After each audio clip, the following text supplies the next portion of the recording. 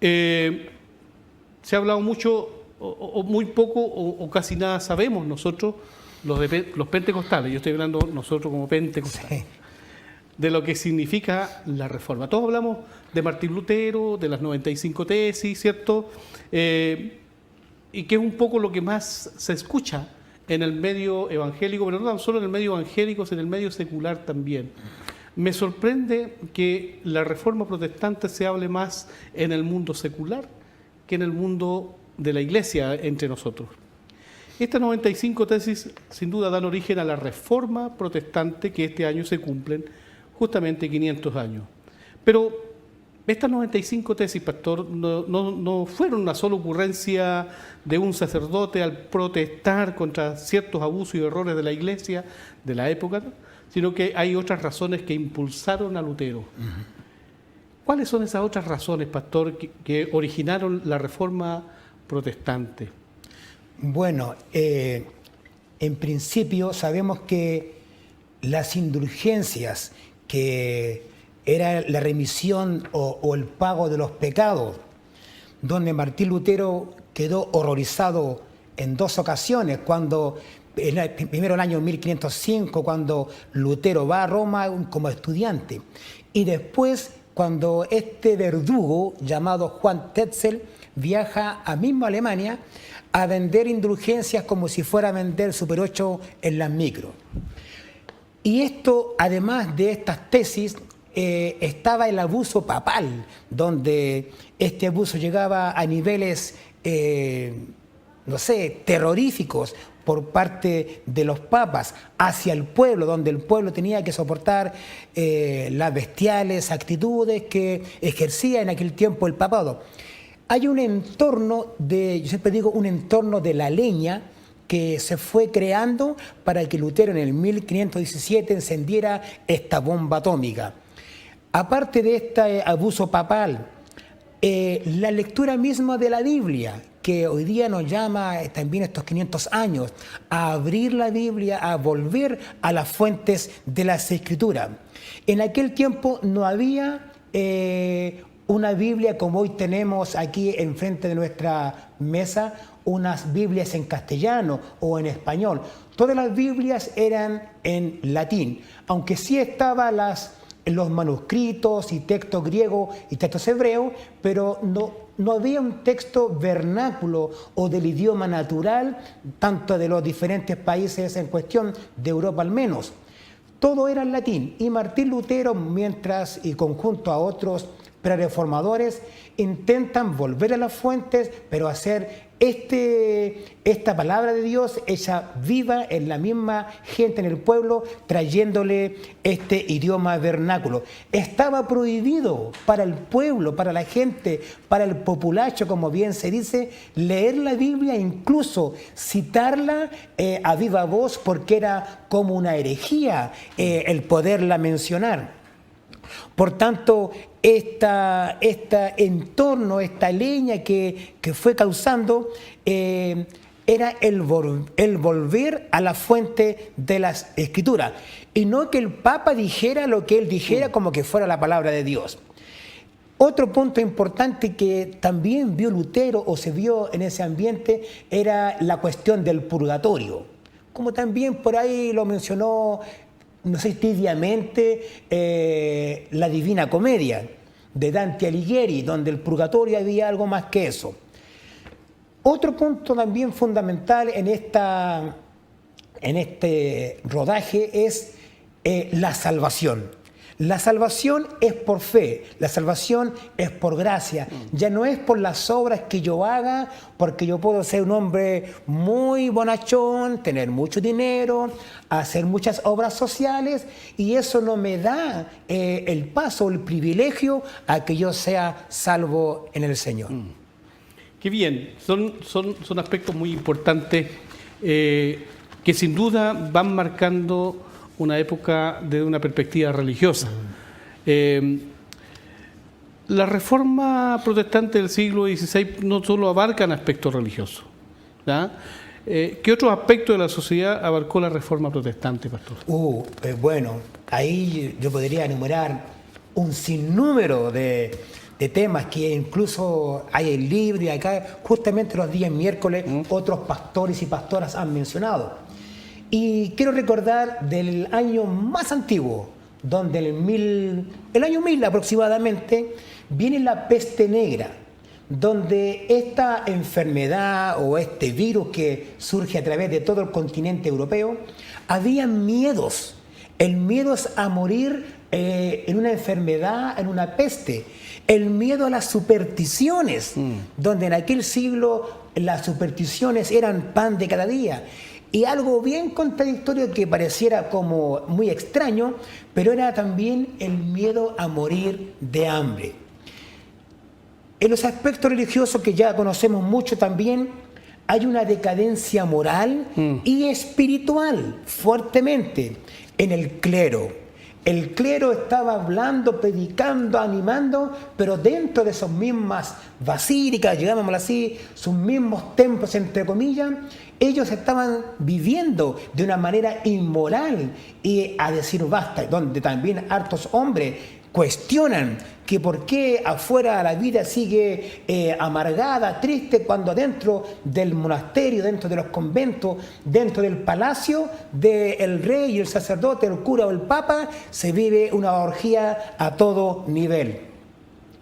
Otro también tema importante es el humanismo, donde surge también Erasmo de Rotterdam, el humanismo, el Renacimiento con las pinturas, Da Vinci, Miguel Ángel que pinta la Capilla Sixtina, descubrimiento de América, podríamos llamarle en este entorno también un poquito más amplio. Y por supuesto, asimismo la Biblia. La Biblia era un centro especial que tenía que verse en estos temas. Además de temas religiosos, la ciencia. La ciencia desafía los conceptos tradicionales. Con este joven, digamos, Copérnico, que él empieza a decir, bueno, la Tierra es la que gira en torno al Sol, tiene 24 horas y también dura tantos días durante el año, que parecía una herejía para aquel tiempo porque ya a otro lo habían matado o asesinado. Este deseo también de Martín Lutero en Alemania, este deseo alemán, un deseo nacionalista de ya dejarse de ser explotados en aspecto laboral y otros por entes extranjeros, como ocurre en muchas partes del mundo. No nos gusta ser conquistados, no nos gusta ser dominados o manejados por entes extranjeros, y también empieza a ocurrir aquí una guerra, unas peleas en los campesinos de Alemania que querían ya por fin dedicarse a algo personal, a algo nacional. Que aquí también surge el capitalismo, donde empiezan los negocios de manera muy interesante. Y por otra parte, la larga explotación de los campesinos, que al final empieza una revolución sin precedentes. Qué interesante, pastor, cómo este fenómeno que sucedía aquí en Europa va marcando estos ciclos, estos procesos, pero también va redescubriendo ciertos aspectos de la vida y al final, bueno, uno entiende a la luz de la historia que es el efecto de la palabra de Dios, el efecto de la Biblia. Sabemos que la reforma surge en Alemania, o estalla la reforma en Alemania. ¿En qué otros lugares de Europa afectó inmediatamente la reforma protestante? Bueno, ese de inmediato lo puedo mencionar un poquito más adelante, pero sí recalcar que este estallido también surge en Inglaterra, donde Juan Wycliffe, en el 1386 aproximadamente, él también quería volver a las Escrituras, negaba el purgatorio y también le aborrecía esta autoridad totalitaria del mundo papal. Por su parte, el mismo Alemania, o sea, acá en Inglaterra, Juan Hus, que él también empieza a hablar de estos mismos temas basándose en Juan Wycliffe. Y más adelante, como hablamos de reforma, el volver a las escrituras, William Tyndale, un hombre que se le llama alguien muy importante porque empezó a traducir la Biblia a su idioma inglés. Y recibe pelea, recibe cuestionamiento, tuvo que andar escondido, arrancando del clero porque quería matarlo, que este hombre estaba traduciendo la Biblia sagrada en latín a los otros que era en el idioma inglés. Estos tres personajes que son del habla inglesa, conjunto con Lutero, que es de la parte alemana, también surge en Suiza, donde Ulrico Zwinglio, Thomas Müntzer y Menno Simon, que dan también una gran importancia a la reforma radical. Ellos también tenían sus puntos importantes que empieza Alemania a expandir a todo el continente europeo, donde empieza a estallar esta reforma tan interesante.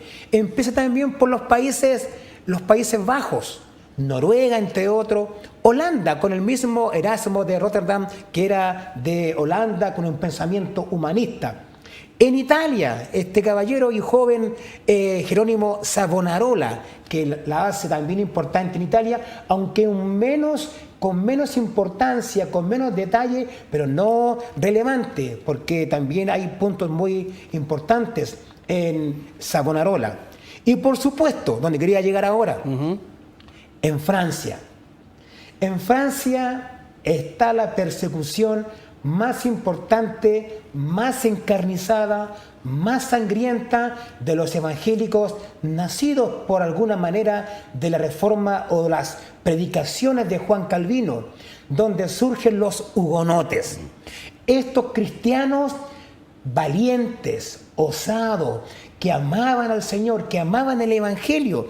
Y aquí empieza esta iglesia a ser perseguida brutalmente por más de 270 años, sin descanso, pero ellos, como fieles seguidores de Cristo, no se dan por vencidos.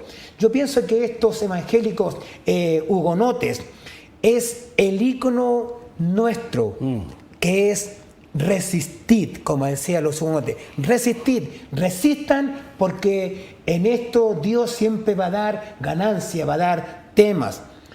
Y por supuesto aquí ya para ponerle la guinda a la torta en las cosas más desastrosas, la carnicería de los cuchillos largos, de la matanza de San Bartolomé, donde por una traición infame mueren muchos cristianos en manos de estos verdugos que después fueron llamados las dragonadas, que tenían una vestimenta especial, que emitían mucho ruido, y cuando la ciudad venían estos dragonadas, se arrancaban porque sabían que venían solamente a matarlo. Y en esta batalla San Bartolomé, que causa el efecto final de alguna manera en toda Europa, que circuló este estallido alemán de Martín Lutero, que es la explosión más terrible que podamos tener en la historia protestante. Interesante entonces cómo se va desarrollando este periodo histórico, pero también entender hoy día, pastor, entender que el servir al Señor no implica un camino sembrado de alfombras, sino que implica un camino a veces de pagar precios muy altos. Claro.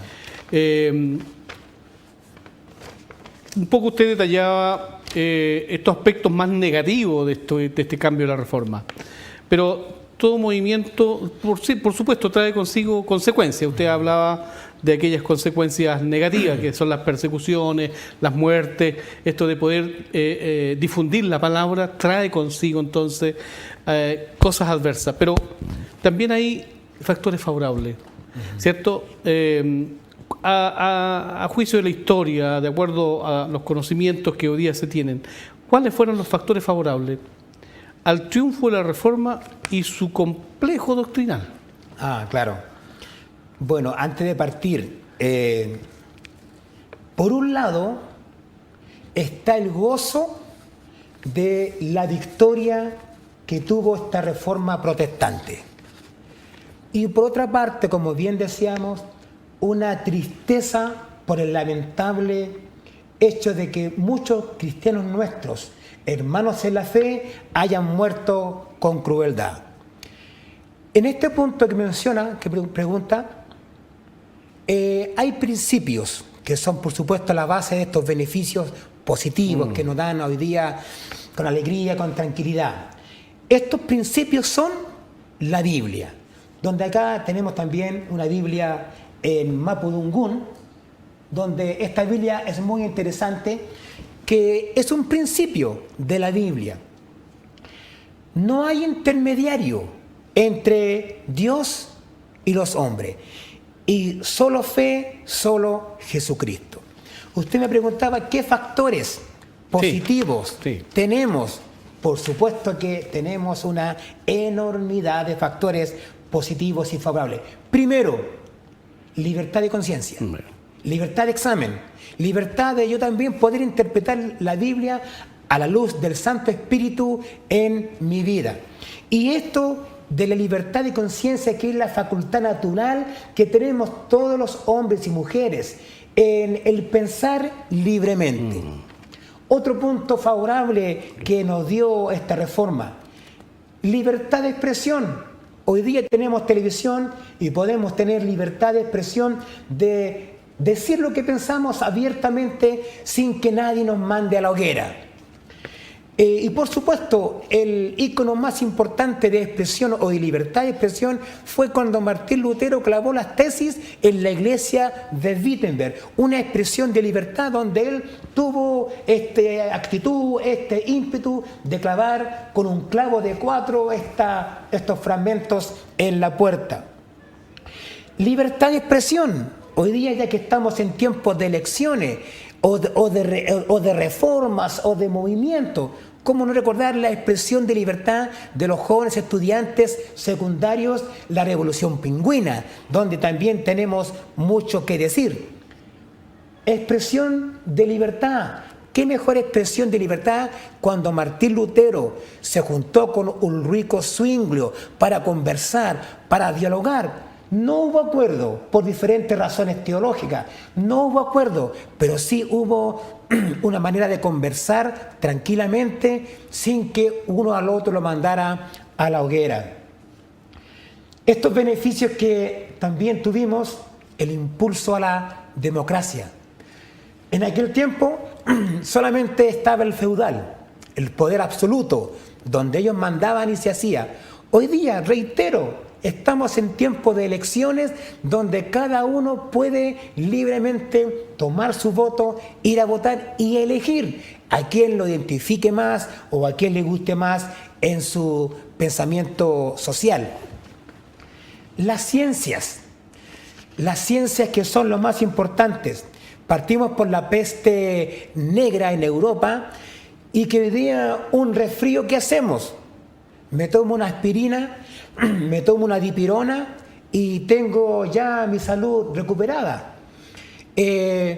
Claro, Fleming descubre la penicilina en el 1928, que nos da libertad a salud. Entonces, eso es tan importante en estas materias. La medicina empieza a crecer de manera interesante en todos los tiempos. Y a la misma vez, podemos hacer también un descanso. No, el tiempo es apremia en la televisión, sin duda, pero hay muchas cosas que hay que hablar de la reforma. Es tan corto el tiempo, pero queremos estar en el próximo programa. Queremos agradecer a nuestro pastor Manuel Mosquera, sin duda lo vamos a tener de nuevo, porque hay muchas cosas que hay que hablar. Solamente nos pregunta, dígame sí o no, ¿fue necesaria la reforma? Por supuesto que sí. ¿Hoy día es necesaria una reforma? Por supuesto que sí. Gracias, pastor. Gracias por su participación. Querido hermano, querida hermana, muchas gracias por esa sintonía. Nos veremos hasta el próximo programa. Dios le bendiga, Dios le guarde. Un deseo de todo corazón para usted.